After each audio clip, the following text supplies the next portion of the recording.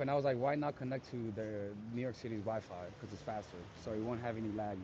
So this is part two, right? So I was saying is that the more unhappy you are, right? The more unhappy you are, the more the past is gonna look better. You see what I'm saying? And the more the future is gonna look bleaker and more scarier. All right. So the more unhappy you are with the present moment, the more you think that your unhappiness is because the present moment isn't as you want it to be, the more your mind is going to paint the past as better retrospectively and the future as worse because you fear that things are not going to get better. So that's why you point to the past for your past glories.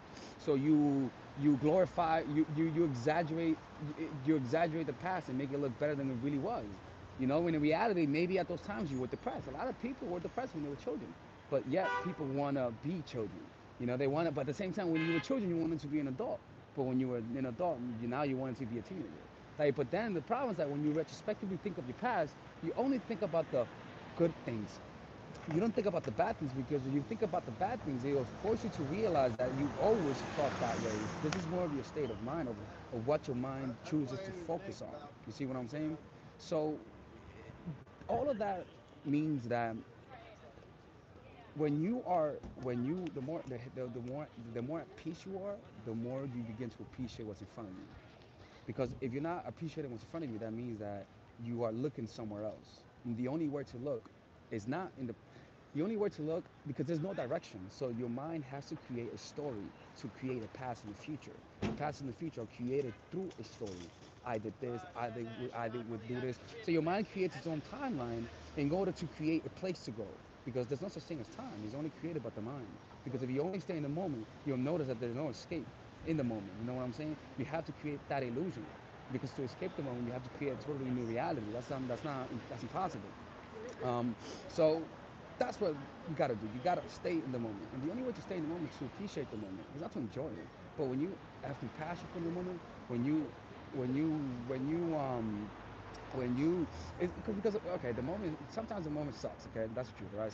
Okay, Eckhart Tolle says the moment's always perfect. Fuck you. Okay, no. I'm not gonna say fuck you. Eckhart Tolle's cool. No, I take that back. No, but seriously though, like sometimes the moment sucks, right? So what do you do when the moment sucks? Well, when someone sucks, you just feel bad for them, but not like this. You're just gonna have compassion. You're gonna say it's okay. Like this moment sucks, but have compassion for it. You know what I'm saying? Because it's almost like saying, look, man, like I know this gift sucks, but this is the best I could do. Like, what are you gonna do? Like, if you have a poor friend, right, and they want to give you a gift, right, and the only thing they can give you is like something that's like worth 50 cents. Are you gonna get mad at them, right? Or are you gonna say, oh, that's cool. Like, I appreciate because this is the only thing that you can give me. You're gonna take it with compassion and understanding, because you love that friend. So that's the same thing with the moment. Is that even though the moment doesn't give you that much, you take it because it's saying, look, this is all I have. Please take it, please. Well, you don't want it? So this is what's gonna happen now, right? So that's why life then fights against you because you're rejecting what it's giving you. So the way to accept what's unacceptable is through just having compassion for it. That's been the message this month, right? I guess the month of compassion is January. All right, that's it.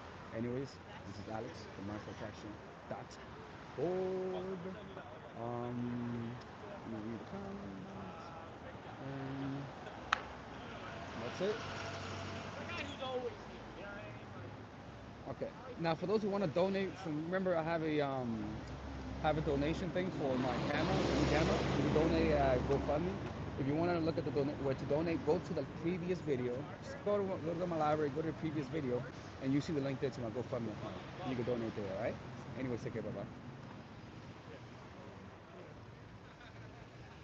And how do you forget the past? You don't forget the past. You just forgive yourself. Forgive for your mistakes. Like have compassion. Like just literally forgive yourself for all the things you've done. And realize that you're just human. You don't forget the past. You just let go of it, right? Usually the past is made out of regrets, guilt, or negative conceptions, or even pain. And the way to do that is to stop resisting it and just allow yourself to dwell in that. Like notice that you have the natural inclination to dwell on it. It's because you're in pain. So rather than get angry at yourself, just just feel as though you're looking at someone who you really love that is suffering. You don't get angry at them. You just say, okay, I'm here. Okay, you can suffer through me, and just allow yourself to think about that and not really feel bad and just say it's okay. I'm listening. You know what I'm saying? Like have compassion for your pain. I'm telling you, that's how you forget the past. If you want a book on that, it's called Radical Acceptance by Tyra Bob. It talks about that. And that's how you do it. Because like when you don't forget the past, that means you're blaming yourself for something. And when you blame someone, that means you sort of have a negative relationship with them. And the only way to break a negative relationship with them, with someone, is to have compassion for them. You can't have a negative relationship with someone who you have compassion for. You cannot hate someone who you have compassion for. It's impossible. You just can't. It's like water and oil. You know what I'm saying? Yeah, I need to smoke some more weed next time, man, because it's like it's making my videos look even better. Anyways, I'm out.